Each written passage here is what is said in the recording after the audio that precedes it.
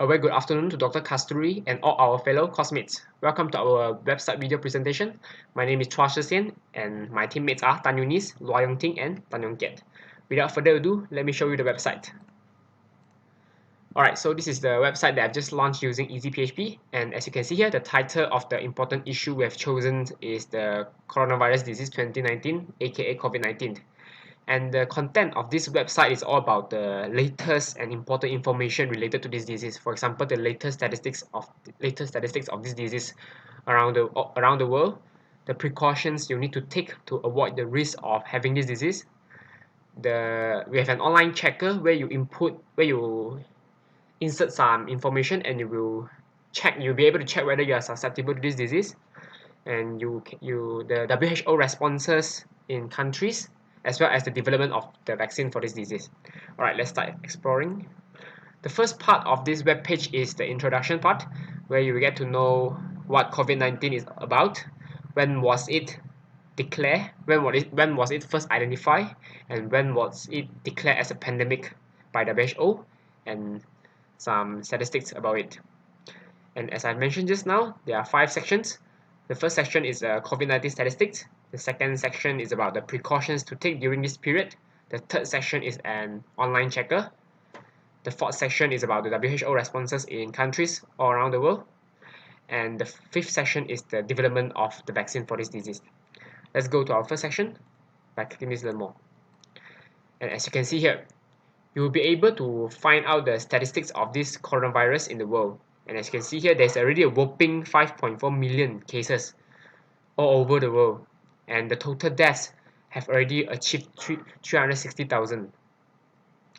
And let's say you want to check Malaysia. Check the statistics for Malaysia. You go here and then you scroll for Malaysia.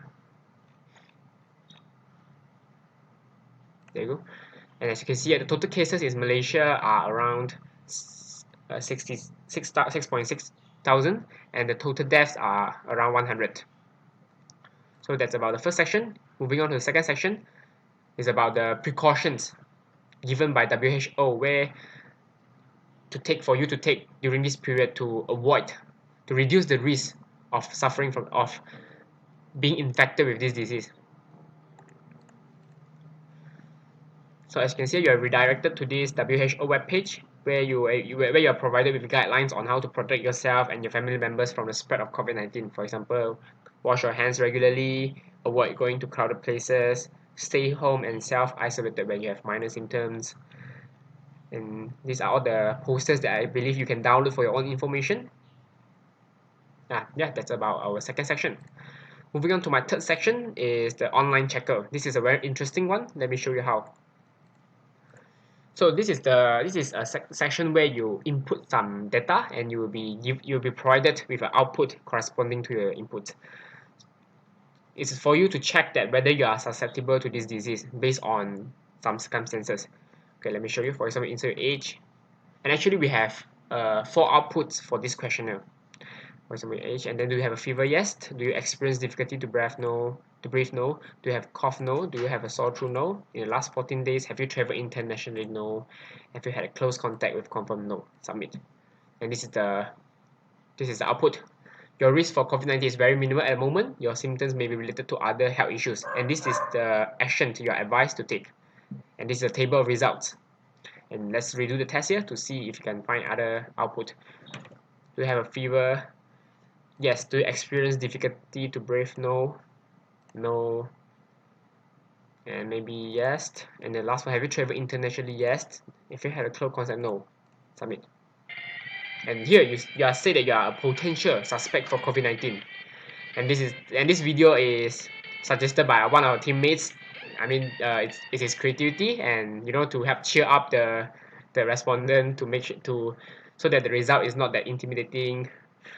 And this is based on your answer, it's highly possible that you may have been exposed to COVID-19, and this is the action he or she is advised to take. And the table here, we do the test, and let's check. 22, do you have a fever? No. Do you experience difficulty to breathe? No. Let's see everything. No. Submit. And it says that it looks like you're in a good health and you do not display any symptoms or have any risk of exposure to any infectious diseases including COVID-19. So that's it about our third section. Moving on to our fourth section is the WHO responses in countries, where you're able to find out articles related to how WHO is responding to this issue, to this disease in countries all over the world, how they are helping them to fight against this disease. And here you can find, as I mentioned, the articles, like for example, how WHO is partnering with, is helping the African region to fight this disease. And you can also support fundraising efforts by donating. There's a lot of information, useful information here for you to learn how WHO as an international organization is helping countries to tackle the issue. Moving on to the last section is the development of COVID-19 vaccine.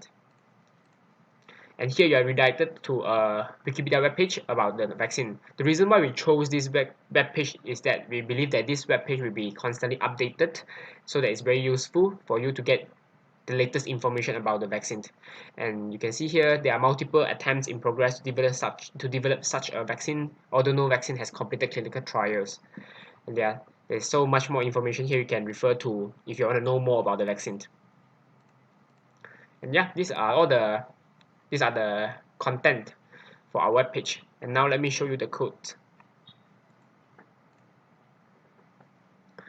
So the languages we have used for these websites include HTML codes, CSS, JavaScript, and PHP. So as you can see, these are all HTML codes, and these are the body, the division, the 5 section here, as I showed you just now, or the 5 section 1, 2, 3, 4, 5, and then this is the division. For example, let me show you how the link works. So we click on this link, and we click on this link, and you click here the class, and then you see the link. This is the link for the web page that you'll be redirected to when you click on the learn more. And let me show you this one, the online checker. Alright, this one is the statistic. Okay, this one. So this is a statistic.html. We click on it, and this is the page, and you refer to the inspect and inspect it, and you see actually we developed this web page using an API, a JavaScript API obtained from a website. As you can see here, this is the API that we have used to develop this web page, the JavaScript. And we have also developed, as you can see, we use the div tag. These are the links, and these are the styling, the HTML, CSS styling. As you can see here, the body, we style it with some CSS style, and we create some CSS classes. Now let me show you the PHP code, the checker PHP code. Okay, so the PHP code is started with HTML tags, and also as well with some styling with CSS. So we start with h1 heading, h2 heading, we create some CSS classes, and here the PHP code, as you can see, the questions. So we declare a variable called questions, and it's actually an array of arrays, and all these are actually questions. The first question, the second question, the third question, and the results variable, also an array of arrays. So we have 4 results, as I mentioned just now: no symptoms, show symptoms, traveled, and symptoms. And here this is the output. This is the algorithm. So if, for example, if the respondent has gone abroad or has been in close contact with a confirmed COVID-19 patient, and we go to this nested loop, and if he has a symptom of a fever, then the output will be travel and symptoms. And this is the result. This is the video that you have seen just now, and this is the design of the questionnaire. And yeah, that's it. So that's all about our web page, and I hope that people will find it helpful, because I believe that this website always provides latest information about COVID-19 virus infection, and it's a very useful website. And that's all from our team. Thank you very much for watching this video.